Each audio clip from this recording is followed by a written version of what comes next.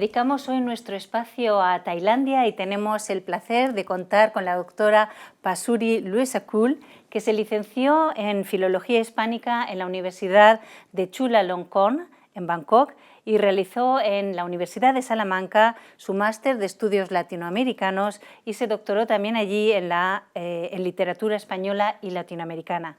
Actualmente es profesora titular de la sección de Español del Departamento de Lenguas Occidentales de la Facultad de Letras de la Universidad de Chula, donde es también directora en su Centro de Estudios Latinoamericanos.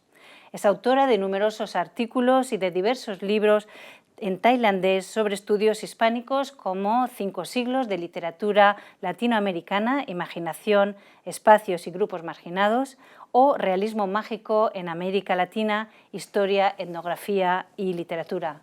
Asimismo, ha traducido al tailandés obras de Pablo Neruda, César Vallejo o María Rosa Lojo. Querida Pasuri, para empezar, cuéntanos, ¿cómo se despertó en ti el interés por el español? ¿Cómo decidiste dedicarte después al hispanismo? En mi época había muy poca gente que pudiera hablar español, ¿no? Entonces, cuando ingresé a la universidad, había como 16 lenguas que podía elegir para estudiar, ¿no? Entonces, por ese momento, ¿no? Que como he comentado, que había muy poca gente que pues podía hablar español en Tailandia, entonces yo creo que desde allí podía encontrar como más salidas laborales, ¿no? Y sabemos que los hispanohablantes en el mundo, ¿no? En comparación con otras lenguas occidentales, ¿no? Porque en el bachillerato aprendí francés, entonces creo que no me iba a costar demasiado si voy a cambiar a español, ¿no? Entonces, con tanto de todo eso, entonces elegí español, elegí la carrera de español, ¿no? Como 4 años en la universidad. Y cuando terminé la carrera, me gustaría seguir estudiando más algo relacionado con español, ¿no? Y durante la carrera, aunque mi razón, mi decisión se basa en que español tiene muchísimos hablantes en el mundo, pero durante la carrera había muy pocas materiales sobre América Latina, ¿no? Porque todos los profesores se educaron aquí en España, ¿no? Y en principio los estudios se enfocan más en español y literatura española, historia española, cultura española también, ¿no? Entonces me provocó una curiosidad, ¿no? Y después, en esa época, aproximadamente en 2000, había ya olas de interés hacia América Latina, ¿no? Y en mi universidad hubo plan de fundar el Centro de Estudios Latinoamericanos, ¿no? En esa época. Entonces yo creo que en esa época creía que, bueno, podemos probar algo interesante, ¿no? Porque simplemente para buscar un libro sobre América Latina encontré 2, por ejemplo, en la Biblioteca Central, ¿no? Y todos los que escribieron estos libros se educaron en los países anglosajones, ¿no? Entonces, yo creo que la visión y acercamiento, entendimiento acerca de esta región tiene su particularidad, ¿no? Entonces, en esa época decidí venir acá a España a tomar el programa de maestría en estudios latinoamericanos en la Universidad de Salamanca, ¿no? Y con este curso descubrí que en realidad geográficamente estamos muy lejos. América Latina y Asia, con vuelos 30 horas, ¿no? Hasta uno pierde ya sentido de tiempo en qué día, en qué lugar estamos, ¿no? Pero en realidad compartimos muchas cosas. Por ejemplo, de los aspectos culturales como creencias ancestrales, ¿no? Amabilidad de la gente, pensamiento, ¿no? Muchas cosas que me llaman mucha la atención. Una proximidad cultural más con Latinoamérica que con España, tal vez. Sí, yo creo que sí. De carácter de personas también, sí. Entonces, y eso por un lado, ¿no? Y por otro, también compartimos algo de filosofía, agitaciones políticas también, que como una tailandesa me di cuenta inmediatamente, ¿no? Pero esta cosa también la tenemos en Tailandia, ¿no? Esa historia de convulsiones políticas, Sí, ¿no? sí. Y en América Latina la literatura, los enfoques siempre encontramos, ¿no? Tramas de historia, política, sociedad en general, ¿no? Que me llama mucho la atención. De repente una obra latinoamericana en realidad puede ser una obra tailandesa contemporánea perfectamente, ¿no? Y por otro lado, me gustaría también estudiar, o sea, vi la diversidad. Lo que más me llama la atención es que porque América Latina es una región muy grande, muy extensa, ¿no? México ya, territorio de México ya es como 4 veces más grande que Tailandia, ¿no? Entonces, la diversidad de todos los aspectos de geografía, clima, diversidad étnica de diferentes grupos de personas, cultura, gastronomía, ¿no? Entonces, y también literatura. Por eso, cuando me iba a terminar máster, entonces apliqué para, solicité puesto en la universidad y ya cuando regresé a Tailandia, pues me consideré ya como la primera persona en Tailandia que terminé estudios como posgrado, ¿no? Sobre América Latina, pero en un país de habla hispana. Sí. Es decir, que, como decías, tus profesores, tú misma, os habéis formado sobre todo en España, Sí. Pero ahí habéis cubierto ese hueco, ¿no? Ese vacío que había con el Sí. Centro de Estudios Latinoamericanos, pero aunque te has formado en España, has estado mucho tiempo aquí, te has enamorado de Latinoamérica, Bueno, de ambos lados, ¿verdad? de ambos lados. Pero te Sí. veo una pasión por América Sí. Latina. ¿Hay algo en concreto, aparte de esa afinidad histórica que encuentras de la comida y tal? ¿Ves grandes diferencias cuando has estado en España, en Latinoamérica? ¿Algo que te haya llamado la atención? Sí, porque en realidad he recorrido tanto en España como en América Latina. En América Latina pues conocí México, Argentina, Chile y Perú, ¿no? de los países hispanohablantes. Y sí, con la particularidad de, por ejemplo, DF, como palincesto de América, Buenos Aires, todo muy diferente, ¿no? Todo muy variado. Luego tenemos Cusco, tenemos Machu Picchu, tenemos culturas ancestrales, tenemos cataratas de Iguazú hasta glaciares en el Cono Sur, tenemos también desierto de Atacama, por ejemplo, ¿no? Eso me llama mucho la atención porque la geografía influye mucho bueno, la geografía, cultura, clima, influye mucho como intercambio con la gente de diferentes orígenes, de diferentes zonas geográficas, ¿no? Entonces me llama mucho la atención y antes he viajado muchísimo y sola. En el momento cuando empecé a viajar, América Latina era una región muy desconocida para Tailandia, sí. Y ahora lo habéis acercado, gran labor. También en tu faceta como traductora has traducido sobre todo o únicamente a autores de América Latina, a los argentinos Pablo Neruda y María Rosa Alojó y al peruano César Vallejo. Dime, ¿cuáles han sido los retos al traducir entre dos lenguas tan distantes lingüísticamente y también culturalmente? Sí, en mi maestría, ¿no? Hice maestría en estudios latinoamericanos con enfoque de humanidades, ¿no? Y luego ya más o menos sabía que en realidad me apasiona literatura. Por eso en el doctorado escogí el otro camino, pues estrechamos más el camino, ¿no? Entonces elegí el programa de literatura española e hispanoamericana. En realidad, mi primer trabajo de traducción es un libro infantil de una autora española, pero era como un trabajo que ayudé a una maestra mía, ¿no? Entonces tradujimos juntas y publicamos en plan buen libro para los niños y se vende, pero se vende en un grupo de la gente que nos conocimos y pues la venta, eso se dedica a la donación, ¿no? Para varias asociaciones, algo así. Pero después, cuando ya empecé la carrera como profesora, ¿no? Entonces tenía muchas oportunidades muy buenas de dedicarme a la traducción.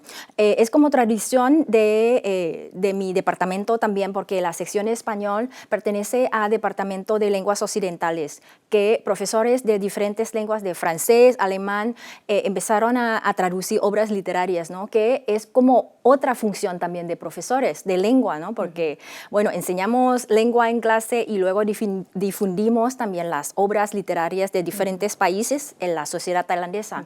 Entonces, claro, cuando me preguntas cuál es el reto, ¿no? El reto más importante es, bueno, hablamos de la traducción. La traducción es como estamos creando un espacio intercultural, ¿no?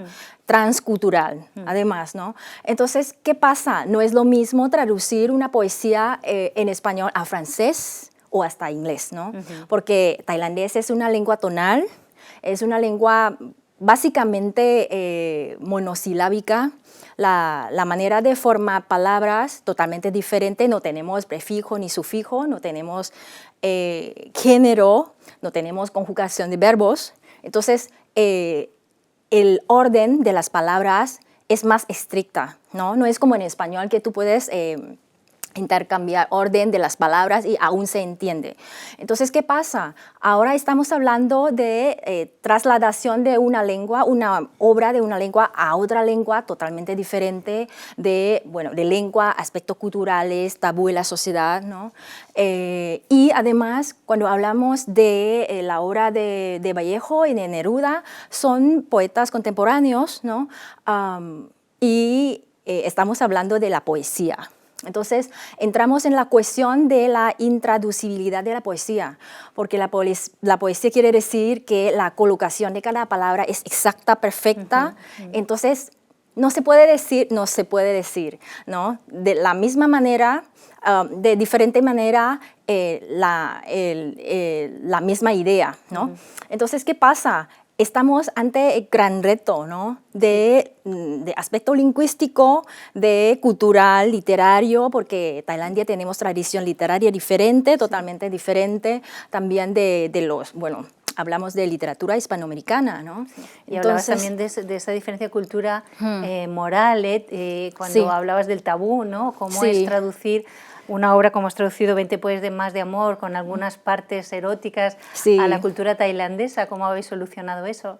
Sí, en realidad, mi vocación es profesora de literatura, ¿no? Entonces, yo creo que mi misión es para mantener la fidelidad, la máxima fidelidad posible de esta obra original, ¿no? Entonces, en realidad, todo momento, lingüísticamente, comparamos, por ejemplo, este verso tiene 5 sílabas en tailandés, más o menos, ¿no? Juegos fónicos, como vamos a hacer ajustes gramaticales y ajustes poéticos, ¿no?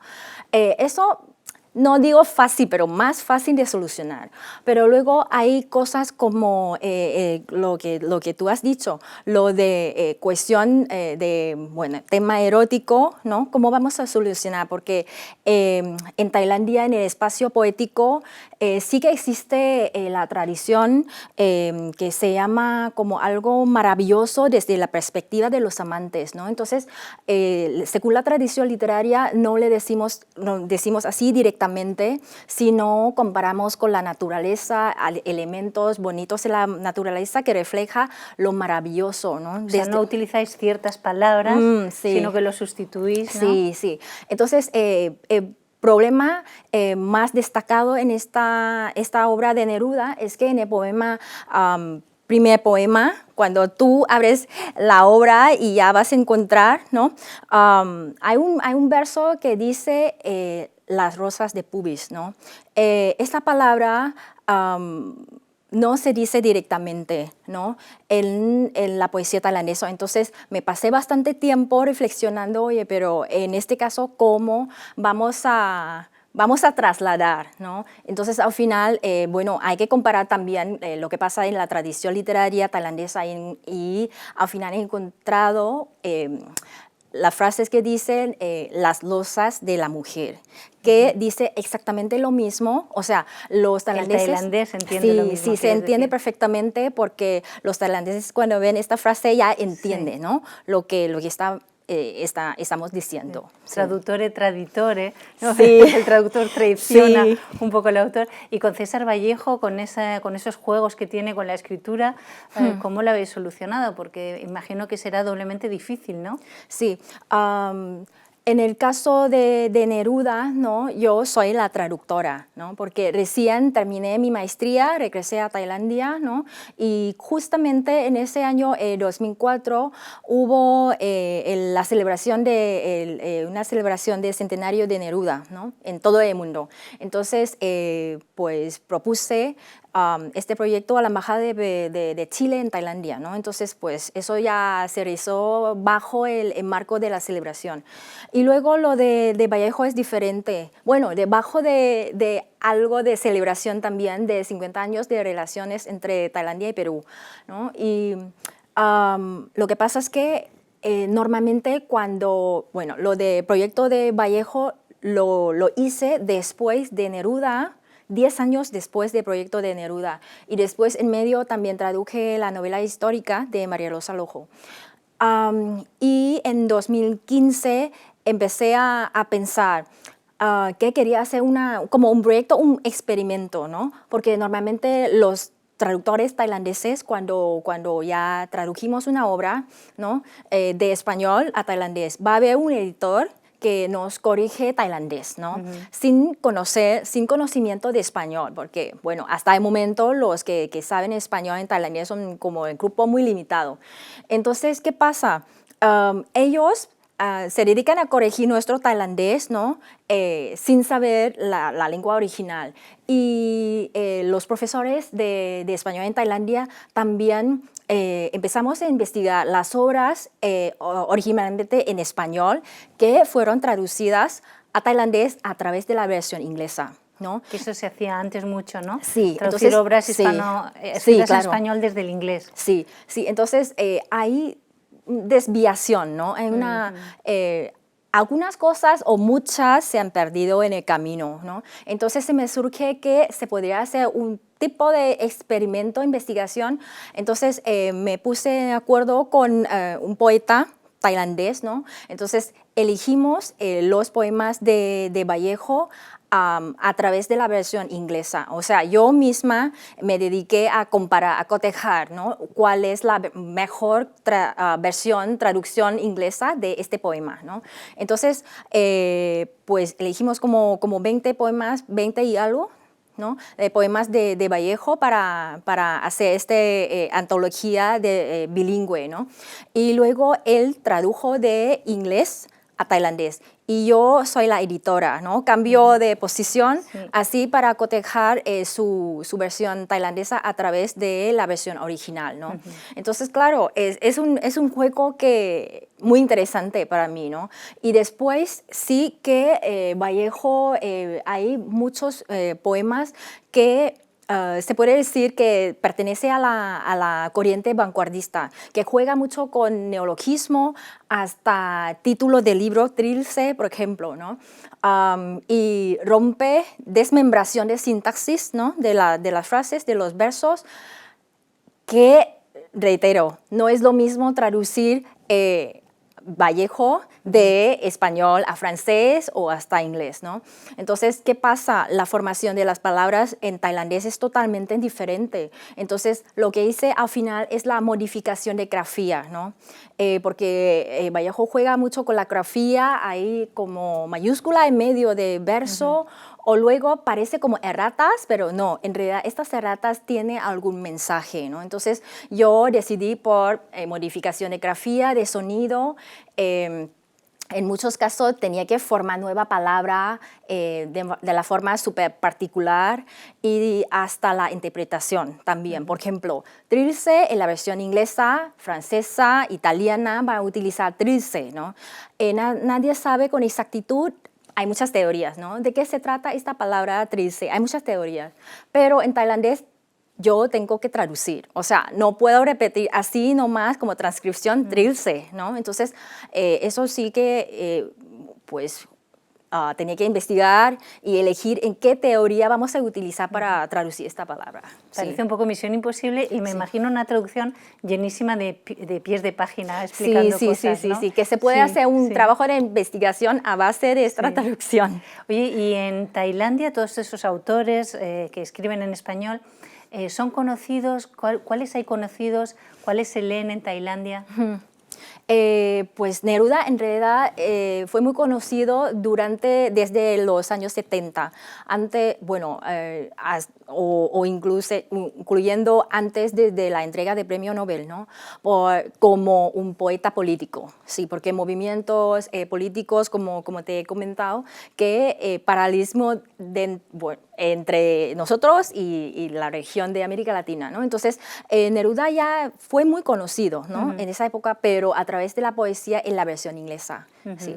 Pero si tú me preguntas quién es el más conocido, obviamente García Márquez, ¿no? Gabriel García Márquez, que tenía muchísima influencia muy profunda en la literatura tailandesa contemporánea, eso sí. Y ahora, cuéntanos en qué estás trabajando tú, en qué está trabajando tu universidad, el Centro de Estudios Latinoamericanos. Sí, yo soy profesora de la sección de español, ¿no? Y a la vez soy directora del Centro de Estudios Latinoamericanos. Entonces, principalmente me dedico a la enseñanza, ¿no? Entonces, mi misión es como difusión de conocimiento sobre América Latina en español, ¿eh? Entonces, porque todos los alumnos tienen que aprender todo el contenido en español. En muchos casos, pues yo enseño en español en clase, ¿no? Por un lado. Por otro lado, hice investigación como bajo del Centro de Estudios Latinoamericanos, ¿no? Entonces hice investigación sobre literatura latinoamericana, pero normalmente utilizo como acercamiento de estas obras a través de perspectiva interdisciplinaria, ¿no? Historia, cultura, folklore también, y también con nuevas metodologías, ¿no? Como geocriticismo, que se utiliza en mapa para estudiar una obra literaria que se abre otro camino para estudiar una obra por ejemplo, de los años 70, algo así, ¿no? O desde estudios de la teoría de memoria, por ejemplo. Y también me dedico a los estudios comparativos, ¿no? Entre literatura o aspectos culturales de Tailandia y América Latina, para mostrar en la sociedad tailandesa, que siempre la gente me pregunta, oye, pero si eres tailandesa, ¿qué estás haciendo, no? Sobre América Latina, que no tenemos nada que ver, pero en realidad no lo es. O sea, sí que tenemos mucho que ver, sí tenemos mucho tipo de conexiones, sí. Mucho compartido. Sí, y después con el centro también nos dedicamos a organizar eventos culturales en la colaboración con todas las embajadas hispanohablantes, ¿no? De América Latina en Tailandia. Entonces, claro, estas actividades se dirigen principalmente a los alumnos de cada asignatura, pero en muchos casos también están diseñados para el público en general también, porque últimamente está surgiendo interés, gracias a medios de comunicación, redes sociales. Los tailandeses se fijan más en América Latina, en España también, porque con lo que hemos hablado de Netflix, de series, del fútbol, de canciones, ¿no? Entonces, eso llama más la atención en la sociedad, ¿no? Hay un grupo que sí se interesa muchísimo en la literatura, pero hay otro grupo en gastronomía, en canciones, en arte. Entonces, incluso en concursos de belleza, me decías que me ha sorprendido mucho. Sí. En América Latina hay muchos concursos de belleza y al tailandés le atrae mucho ese tipo de audiovisuales, ¿no? Y consume mucho de ellos. Sí, bueno, aspecto de la belleza, en realidad, la mezcla de razas y la diversidad de la belleza, ¿no? Entonces, eso lo compartimos. Ya, y hay varios que han interesado por vestido tradicional de cada país, que se puede encontrar como elementos de la identidad nacional también. Eso llama mucho la atención. Pasuri, muchísimas gracias a todos tus colegas, a los hispanistas tailandeses y a ti particularmente por todo este trabajo de acercamiento, de difusión del español allí, de las culturas en español y de acercarnos también aquí en España al trabajo que estáis haciendo en Tailandia. Muchísimas gracias. Gracias a ti.